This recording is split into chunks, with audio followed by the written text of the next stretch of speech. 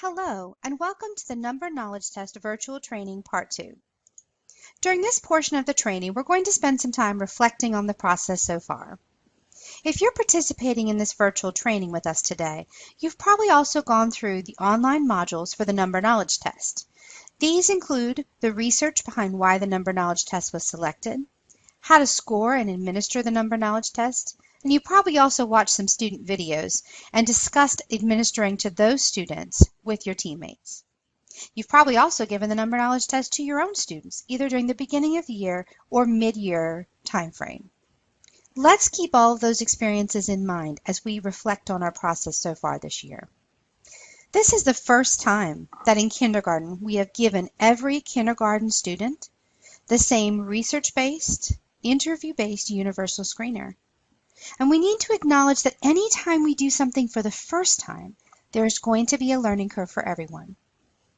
The work is messy, but the work is powerful. And this first year will be a year of learning and adjustment. We need to stay positive and focus on the end goal, which is research-based, solid instruction for all our kindergarten students and data-based decisions to help build a solid foundation for our kids. The research tells us that gaps form for our students throughout their educational career. We know that if the right interventions are used, if we approach number and number understandings in the right sequence, we can decrease or even eliminate those gaps, which is why we are putting so much time into understanding how students progress through their number understandings, and then thinking about what activities we need to do with those students to help prepare them to move on to their next level of understanding. That being said, sometimes it is easy to think about assessments such as the Number Knowledge Test as one more thing, as more work. And while it is another piece that we are using to help understand our students, we want to frame it in our minds as not more work, but the work. When we have the opportunity to sit and listen to our students' thoughts, when they give us responses in the interview-based universal screener, it opens our eyes as teachers to things that students understand and they do not understand. As teachers, we know that our students are not blank slates. An interview-based assessment can help us see the things perhaps they already knew, or uncover things that we thought they understood but realized that they did not. Let's take a moment to explore the why behind some of the decisions that were made when implementing our work with kindergarten this year. One of the biggest questions we got from kindergarten teachers is, we have staggered entry time.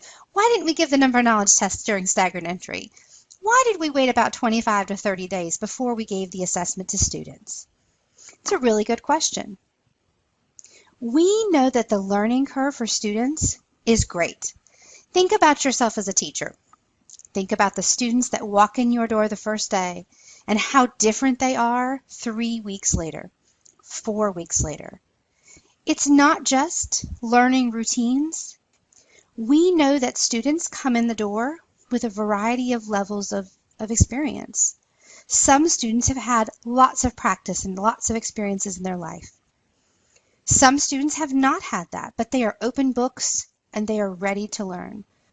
So when a child walks in and we give them a test such as the Number Knowledge Test, we want to give them a little bit of time to learn because we know that the kindergarten students are like sponges and they make a lot of growth very quickly. By waiting until some instruction has been completed, we give them an opportunity to show what they have learned. We also have a better understanding of how students are responding to that instruction. What about the testing windows? We know in order to be able to compare data and think about how all our students are doing as a county, it's important that those students are given the assessment within the same time range.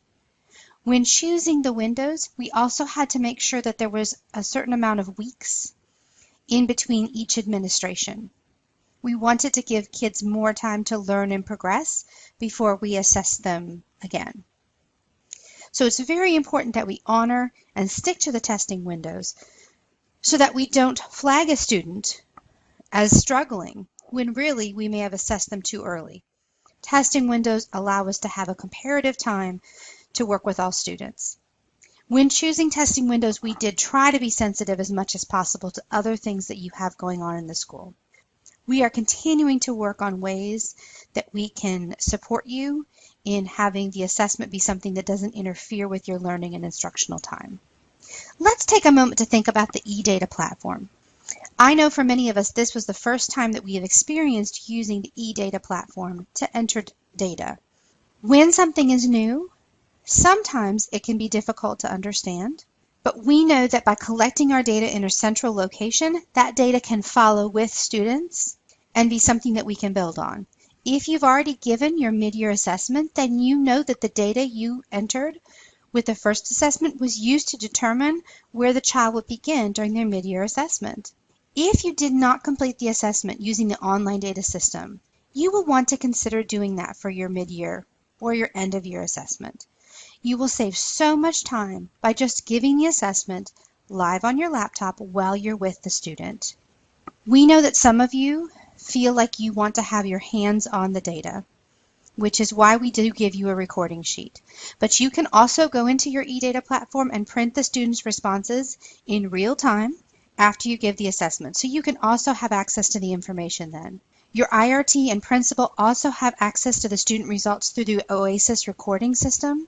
And so you can ask your IRT or principal to also print the students' results. For your own time, I highly recommend that you give the assessment through the platform. Otherwise, you're really giving the assessment twice, and we know that your time is valuable. The last thing I want to think about with you, think about this cartoon that you viewed during the first virtual training.